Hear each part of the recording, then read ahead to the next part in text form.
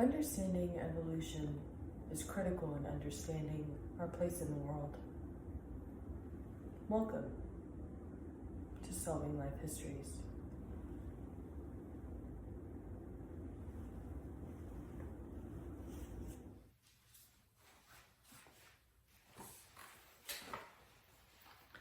Many of us, especially here in the Bible Belt of Oklahoma, grew up believing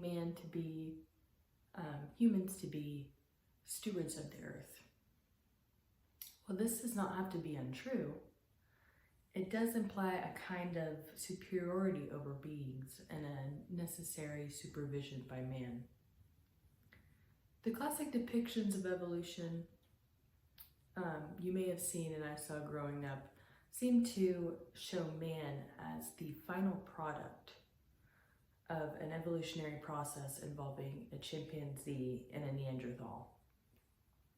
Humans are not descended from or more evolved than our chimpanzee cousins.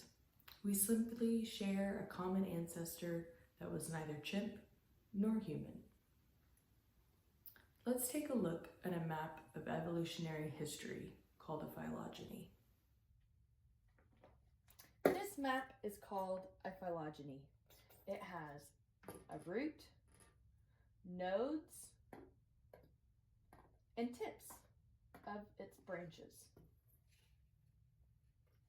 So it is also called a phylogenetic tree.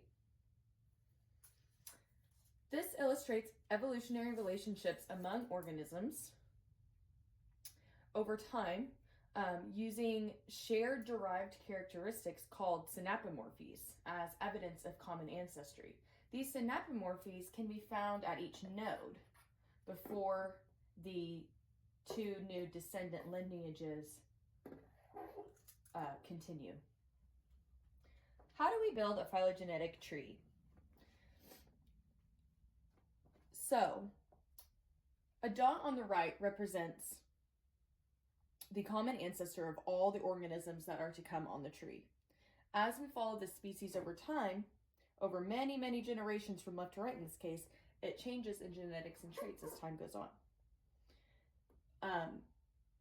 This is the ancestral lineage, called the lineage, and represents the ancestral populations of species. A node is created when an ancestral lineage diverges into two descendant lineages as new traits arise, represented by these stars. At each node are these synapomorphies. So this is going to be the shared ancestral trait that these two species are going to share. Each descendant lineage continues to evolve independently of the other as different traits arise and continues to split. At the very tips of the branches are the species presently. The two species diverging from a node can be in either order. Let's take a look at this other tree. So here is a finished phylogeny example. And so we have the species presently at the top here, the node with the shared common characteristic, the synapomorphy here before it diverged. And another good thing to remember is the species at the tips of the branches,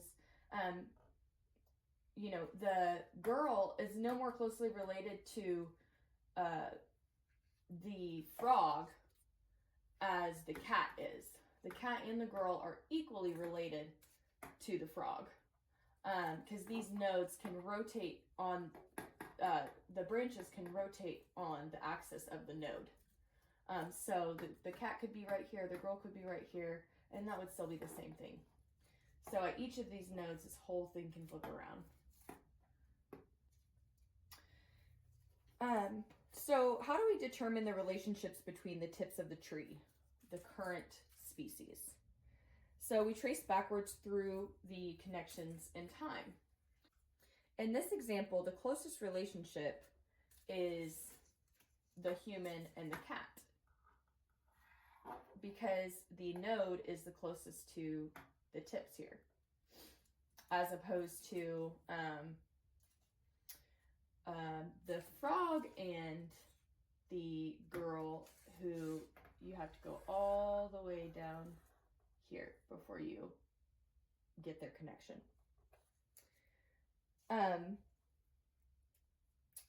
So the cat and the girl are equally related to the frog. The frog, the cat, and the girl are equally related to the bird. And the bird, the cat, the girl, and the frog are equally related to the fish. So this illustrates the relationships between organisms. This does not illustrate a hierarchy. This does not illustrate that one of these species is more evolved than another. The fish, because it hasn't diverged in a long time, does not mean it is less evolved. So, why is it important that we dissolve and dispel this myth that humans are superior on Earth and the most evolved and advanced? The purposeful misrepresentation or just simple misunderstanding of a phylogenetic tree as a hierarchy has been deadly for our own species as well as innumerable others. Fundamentally incorrect understandings of evolution has helped to legitimize and rationalize fundamentally incorrect and heinous ideologies like white supremacy and patriarchy. But the process of evolution did not conclude with pale men. Everything has been evolving for the same amount of time. So just because something is more recently evolved doesn't mean that it's more advanced. Species which have existed for millennia, just because they haven't changed very much, just means they got it right sooner. That those original character states were the most appropriate and still are for their environment. Hello. So, what's a character state? Well, the character I could tell you about is my fur, and the state of it, as you can see, is striped. So a character state is just the form or condition of a trait. Some animals, like other big cats, have their character state for their fur would be spots, and that's just different. It's not necessarily, better or worse. So why would we have stripes? Well, for camouflage in the dappled sunlight and the grass, it makes me hide very well.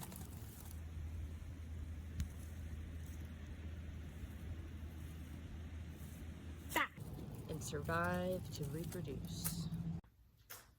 Every living thing on Earth shares ancestry with a single common ancestor. So, if you look at all of time and all living things zoomed out through all of time, you'll come down to a single common ancestor who started it all. Let's take another look at a phylogenetic tree. So, back at this phylogenetic tree, let's talk about monophyletic groups. As all of life on Earth creates a monophyletic group, what does that mean? So a monophyletic group is one that includes one common ancestor and all of its descendants. So, if I cut right here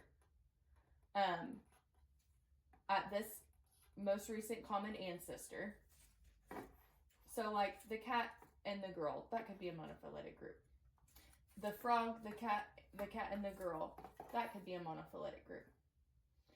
But if I wanted to have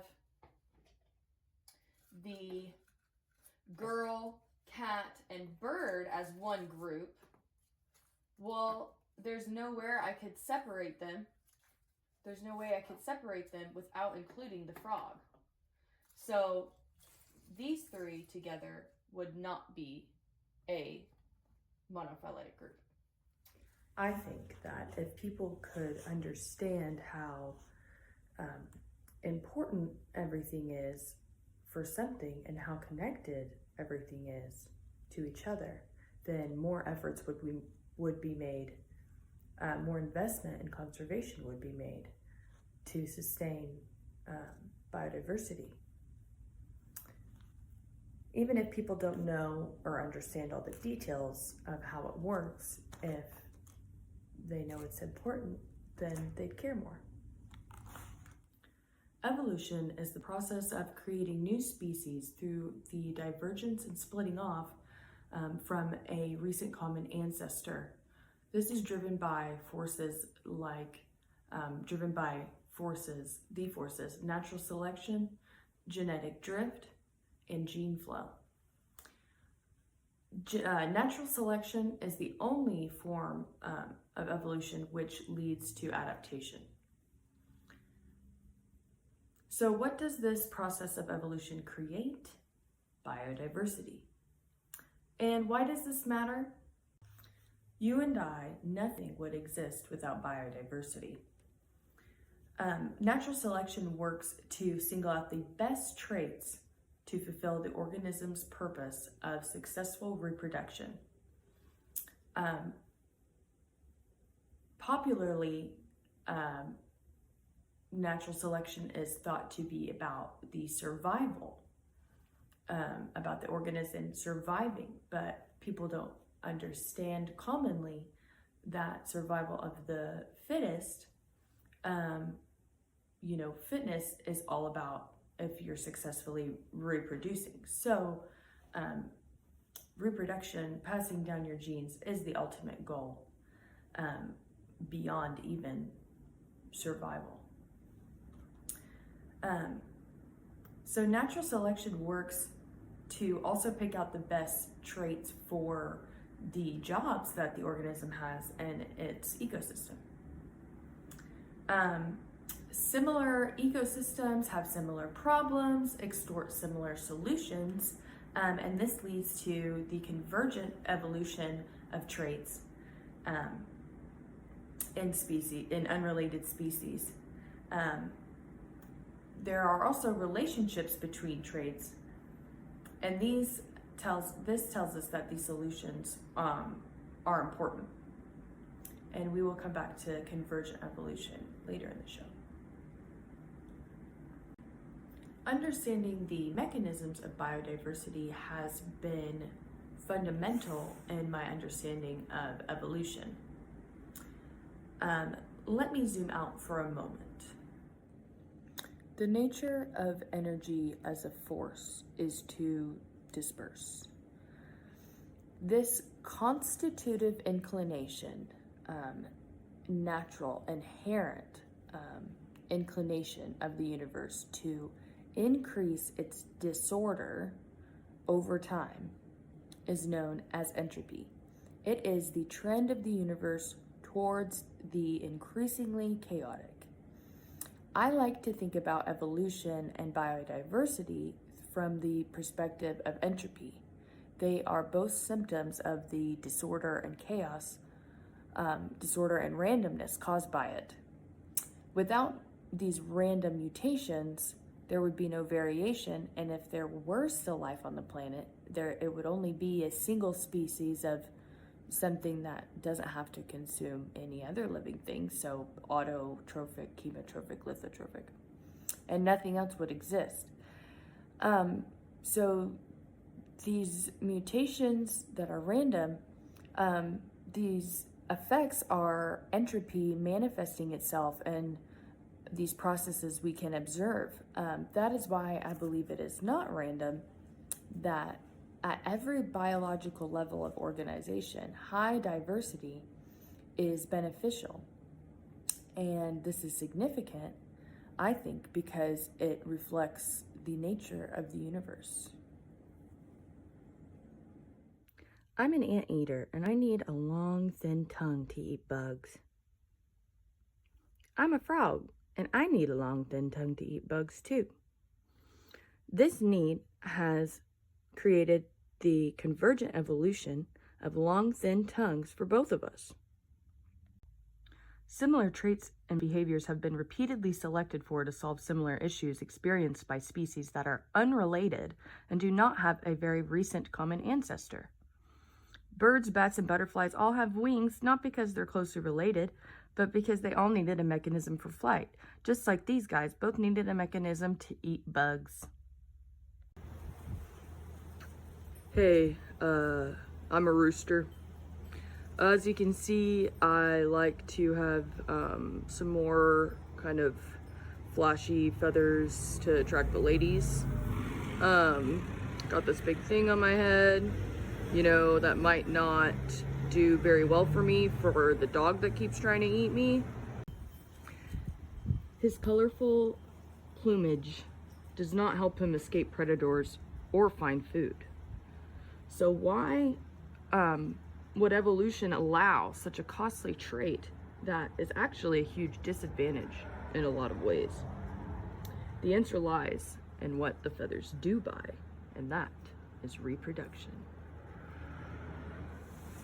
To our hen, these dazzling feathers signal something important: health, strength, and good genes.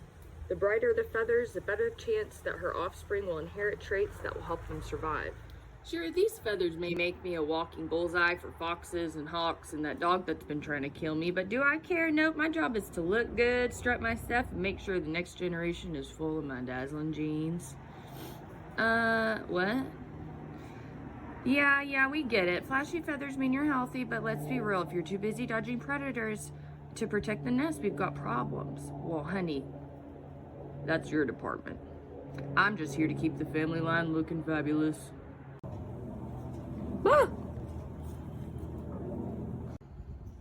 He's always got to run away from that fox because his feathers are too bright. But this is why I keep my feathers plain. Hens may not be flashy, but we don't need to be to mate and survive. It's all about balance. We've got these roosters coming for us. We don't need anything to attract them. Trade-offs like these are everywhere in nature. Some organisms risk it all for reproduction while others play it safe for survival. In the end, it's all about the genes and who gets to pass them on. Our hen doesn't care that his feathers make him an easier snack for a fox or a dog.